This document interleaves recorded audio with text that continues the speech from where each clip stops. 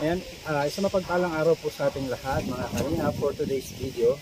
Ayan, dito po tayo, second time natin na gagampanan yung ating task na dumalaw sa mga pabahay po ng Kalingap. And before that, shout out po kila Kuya Bal Santos Matubang, Ate Edna Vlogs and Kalingap Rap. Ayan, at sa mga hindi pa po nakapag-subscribe sa aking channel, please do like, share, and subscribe lang po. And comments na rin po, ayan, sa Rich Falcon TV. Ayan. And don't forget to hit the notification bell para lagi po kayong updated sa ating mga video. Ayan. So pupuntahan po natin yung bahay ni Ate Nene na pinapagawa po ng Team Kalingap. So dito po yan sa Cam Norte pa din, ano. So maraming salamat po sa inyong lahat at samahan po ninyo kami na alamin kung ano po yung sitwasyon ng pabahay dito. God bless po. Siyempre supportahan natin Aljo's video.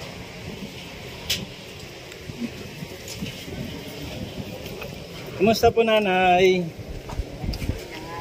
Magugulay-gulay po kami ng santol. Santol. Ay, masarap yan. Ayun po ng pinapa. Siya ito sinod de gulay. Makain po ba siya ng tinapay? Nasaan po? Gandang araw po sa inyo lahat. Ako po si Rich Falcon. Pinapunta po ako dito ni Kuya Bal para alamin yung sitwasyon ng gagawing pabahay. Yung mga materyales. Kaya mo nga yung mga bilhin sa cellphone mo. Hindi kasi po nakakapagawa. Wala mang kompletong ano. May mga, ibig sabihin po, may mga kulang tayong materyales. Meron po. Okay. Yero daw po. Nasa ano yata yan? Tig-12. Ilang dosing yero po? Yung digis po. Tig-12. Gis ang haba. Gis ang haba, 12. 12 piraso. Ano po ba? 12 peraso po. Tig-12 peraso daw po yan. Saka, pakita mo nga anong kamay ko at nag-ano ko ng tumay ko ng pinapa. Tig-12, di 20. So ito po ba yung i-renovate? Ayan po. Ayan. So ayun pala si Ate Nene. Ano?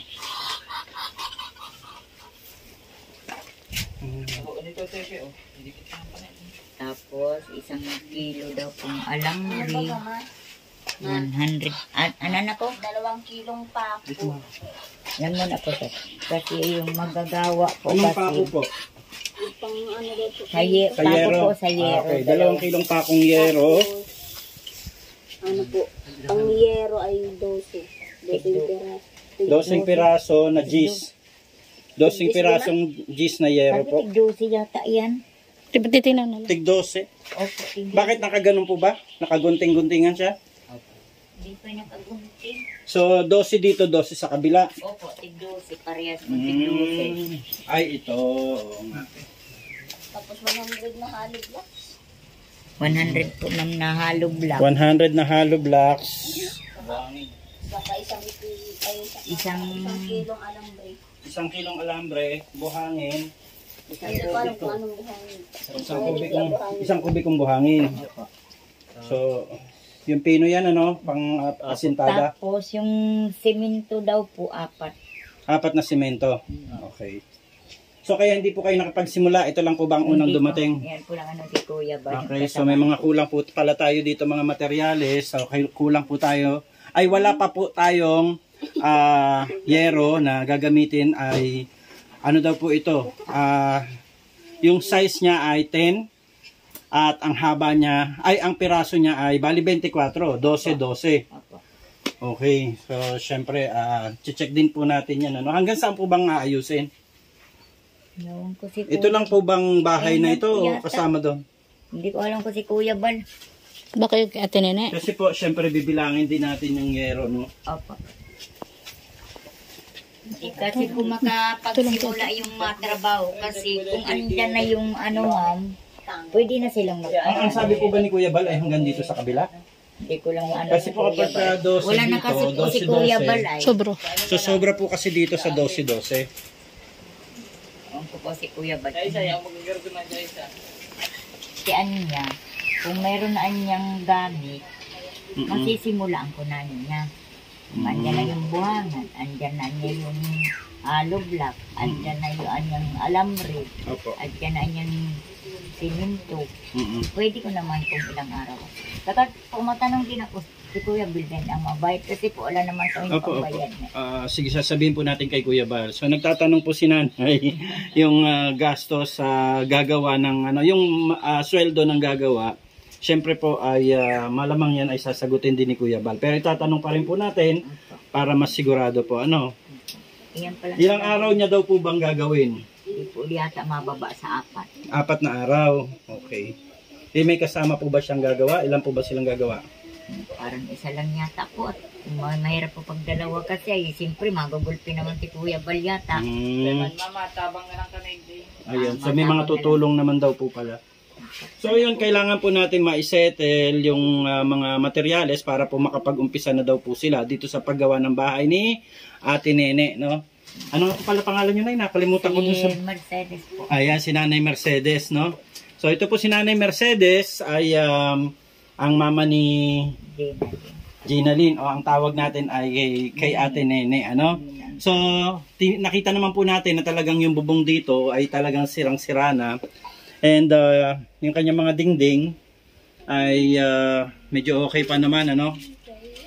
Basta yung pong bandaron lamang po yata ang iaayos, no? Para maging maganda naman itong tinutulugan ni Ate Nene. Ate Nene! Ate Nene! Hello! Tinapay. Ate Nene, gusto mo tinapay? Ay, busog ka pa. O, iwanan ko lang to kay Nanay Mercedes, ano? Ayan, inaantok ka ba? Nagiinom po kasi ng gamot ay hindi namin napapabayaan sa gamot. Ganda Ay, pala ni mabuti Ate po. Nene, ano? Ganda pala. Ayan. Ayan, so Ate Nene, ako po si Kuya Rich. Ayan, sige, pahinga ka lang dyan. Medyo, siguro po dahil sa mga gamot na ini-intake ni Ate Nene ay medyo groggy pa siya. Ilang araw na po ba siyang nagiinom ng gamot? Mulang magpunta dito si Kuya Bal, di ko na po mabilang. Pero sige-sige ang kainin namin. Tuloy-tuloy, opo. Napakain. Mabuti po at nainom siya. Nainom po siya. Yung iba kasi ayaw Napakakakain namin, hinihingi na agad na sa akin. Oh, wow. Ay, Very wow. good naman si Ate Nene pala talaga. Vitamins niya. So, ayun, mga kalingap and to Kuya Bal Santos Matubang. Ayan na. So, gusto na din daw po nilang masimulan yung pabahay at yung pag-aayos nitong bahay. Yaman lang din po ay kailangan po yung mga materyales na gagamitin po. At saka, yun, ang tinatanong ni Nanay kung sasagutin daw po ba yung araw nung isang taong gagawa. Ayan. Wala po kasi akong pambayad ay. Magkano po ba ang araw niya? Tanungin ko na lang po yung kapatid ko. Kapatid niyo po yung gagawa. O, Kapatid. syempre kailangan din ng pang... At may asawa naman po yun. Ayun, tama. Sige po. So, ayan po, mga kalingap, update po sa pabahay ni Ate Nene. O ng kalingap, dito po sa bahay nila Ate Nene ay meron lang po tayong mga kulang o kailangan i-provide ng mga materyales pa para po maiumpisahan na itong pabahay. So, suportahan lang po natin ang magandang adhikain po ng Team Kalingap, lalong-lalo na po ni Kuya Bal, sa lahat ng mga taong ating tinutulungan. At patuloy po natin siyang suportahan sa kanyang mga video, sa kanyang mga ginagawang pag-ayuda. Ayan, at samahan po natin lagi ang Team Kalingap. Maging si Kalingap Rab po, ayan, ay patuloy po nating suportahan. Ate Edna Vlogs. Ayan, syempre, maging aking asawa, Aljos Eagle. Ayan, at patuloy din po nating suportahan, Rich Falcon. So, need lang po namin ang inyong suporta. Samahan po ninyo kami lagi sa mga pag-update sa lahat po ng mga pabahay ng Kalingap. Ayan, so, thank you so much po, Nanay Mercedes. Salamat. Ayan. Sa inyo. Ano po kayo? Nasa 61 na po. 61 ka na. So, dito na po kayo pala pinanganak. Dito na po. Dito na nag-asawa, dito na nagkaroon ng mga anak. At ngayon may mga Dito apo na na kayo. anak, yung mga anak ko, dito na din po lahat. Yung manugang, yung apo, andito lahat sila. Sa ngayon, ang pinagkakakitaan niyo po itong mga kalakal? Kalakal lang po yung mga anak ko man. Ay, Mga ako lakal naman dyan po, sa pag baba. Pero mayroon- mayroong pera talaga sa kalakal, ano? Pag ako naman po kasi, pag mayroon, halimbawa po, mayroon ka marami po yung sabing mo, hindi mo naman kaya, pwede mo akong puntahan, pwede mo akong patinday. Kung Ah, ilan ang okay. ano mo sa akin, yung So kung may mga gulay kami, pwede namin dalhin sa'yo. ganun po. Kunyari kung meron kaming makuhang gulay na okra, magkano ang bentahan ng okra dito? Hindi ko pa po alam yung okra. Pero kaya po natin ibenta yung mga gano'n, sitaw, okra, talong. Kung magano po yung presyo na ano, halimbawa, ang 1 kilo po halimbawa, 20 ano. Halimbawa, papabili ko naman ako mga 30 o 35, di may 15 man ako. Yes, tama, Ganun tama. po. Oo.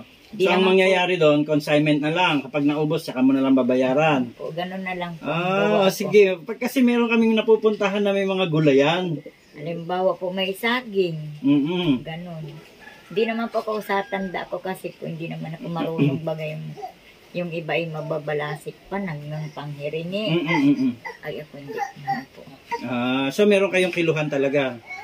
Nakikikilo na lang po. Nakikikilo. So dapat pala meron kayong sariling kiluhan. Sana po. Kung meron po sana. Ayan, sa mga nakakapanood po sa Tsaka atin. Kasi kung halimbawa po mayroon na may padyak, marunong naman ako magpadyak. padyak ka din. So, yun. Sorry siya, parang sa Kaya pa paglalako nanay, niya, oo, sa paglalako niya. paglalako ka. Kasi bubuhatin. Ayan, Tapos tama meron po. siyang payong. Ay, tignan niyo po yung palibot ni nanay. Oh, ayan. Ayan po ang kanyang environment. Ay, sorry po. Diyan po. Hanggang dito pala itong kalakal. Sa inyo po itong kalakal. Sa manugang ko. Ay, malaking pera yan kapag ka nabili na. Ano? Mura po. 4 lang ang 1 kilo. Ano po ba yung mga yan? May sibak, may mineral, may lata, mayroon yatang buti. Hindi po ba Meron binabahayan ng ahas? Yung mga ganyan. Awan ko lang Usually po. cobra, no? Awan Wala ko naman lang kuya po. kapag ka naghahakot na kayo, wala naman. Kasi tabi pa kayo ng danawan. Sabi ko, So ayan, si nanay po pala ay gusto ring magtinda-tinda at meron naman tayo mga nakukuhanan ng mga gulay. Kaya lang, dahil sa edad ni nanay, kaya mo magpadyak. marunong pa naman po. Ayun, so kailangan po pala ni nanay ng padyak. At Para saka makapaglako. at the same time, kailangan niya ng umbrella Opo, saka kiluhan. at saka kiluhan. Yun lang po. So yun po pala ang kailangan ni nanay. So sa mga nakakaluwag dyan at sa mga may mapagmahal at mapag-arugang puso, mapagkalingang puso, ayan, so baka po natin pwedeng ibigay ang kahilingan ni Nanay Mercedes. Para din makatulong sa family, ano? At basta kaya pa ni Nanay talaga pumadyak. Kaya ko pa naman po. Ingat-ingat lang po. Hindi Oo, naman nga po po. kayong labo-labo. Dahan-dahan lang. Kakarating ka At saka dito. pwede din dito siguro sa mga kapitbahay, ano? Nag-iikot po ako dyan palabas. Tapos halimbawa may mga aning pinya. May suki naman ako dyan sa mga ano ko. Tinitindahan ko. So, ayan po. So, kami po ay may mga nakukuhanan ng gulay. Minsan yung gulay namin, pinapakain lang namin sa baboy kasi sobra-sobra na nga. So, kung sakali makakuha tayo doon, kahit na puro okra lang muna ang tinda mo ngayong araw na to, pwede din. Sitaw. May sitaw. Ayun, No? pwede rin po. Ayan. So, sana ay makaano na tayo ng tricycle o kaya kulong-kulong para tayo ang magdi-deliver kay nanay ng mga paninda niya. No? Okay lang ba yun, Nay? Ay, walang problema po. So, ayan. So, sa lahat po ng mga kalingap dyan, ng mga nanonood po sa atin at naghihingi ng mga updates para po sa mga pabahay ni Kuya Bal. So, yun na po. Nasabi na po natin dyan kung alin po yung mga kulang na mga materyales. Kulang, hindi pala. Wala pa. Sorry. Yung mga materyales na kailangan. So, yung yero, yung hollow block, simento, buhangin, pako ng yero, pako ng kahoy. Meron na? Meron na po. Kumpleto na ang pako ng kahoy? Diyan na po ang kahoy. Okay. So, pako ng kahoy. Bakal. Okay na. Tapos yung, ano daw po, alambre. Alambre. And bakal. Meron na po mga bakal? Wala pa po ang bakal. O yun. So, ilang bakal ang kailangan natin dito? Siguro mga 10 mm at saka 8 mm po ang kailangan natin dito. As per estimate naman po na nakikita ko. So, siguro ako na po magsasuggest kung ilang bakal ang kailangan. No? 8 at saka 10 po ang ginagamit nila dito. So ayan, Kuya Bal, nandito po tayo ngayon. Kila Nanay Mercedes at saka kay Ate Nene. So ito na po. At nawa po ay masimulan na yung kanilang pabahay upang makita na yung kagandahan. Lalong-lalo na bumagay sa kagandahan ni Ate Nene. Oh, nakangiti sa atin nene. Oh. Ayan. Naririnig ka, oh. Naririnig tayo ni Ate Nene pala. Nakangiti. Oh. Ayan. Ligo. Kasi yan. Naligo na pala si Ay, Ate Nene. naligo. Gusto ko sana magpa-picture kay Ate Nene kasi fan ako nito eh. Kaso ano, inaantok pa. Naantok pa ay. Ayaw pang mag-ano. Sige, di bale next time po. Ayan, so kami po ay pansamantala magpapaalam muna at yan po yung ating updates sila Nanay Mercedes at saka kay Ate Nene. So, Kuya Bal, thank you so much.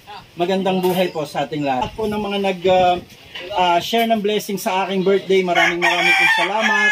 At see you po sa Sunday sa atin pong feeding kasi yun po yung pinili kong maging project natin sa aking birthday, no? So magpapa-feeding po tayo. At yan po ay salamat sa mga nag-sponsor po sa atin. So God bless po, magandang buhay po sa ating lahat.